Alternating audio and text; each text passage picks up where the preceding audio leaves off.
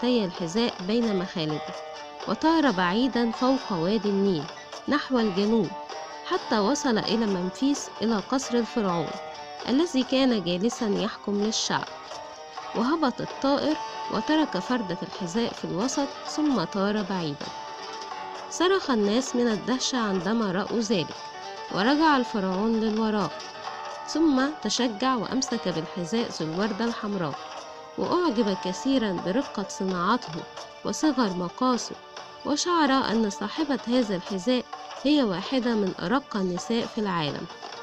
ثم أصدر قرارا: دعوا رسلي يجتازون البلاد شرقا وغربا، من الدلتا وحتى صعيد مصر وإلى أقصى حدود المملكة، ليجدوا صاحبة الحذاء التي أحضرها لي طائر حورس المقدس، وليعلنوا أن من تناسب قدمها الحذاء ستكون هي عروس الفرعون.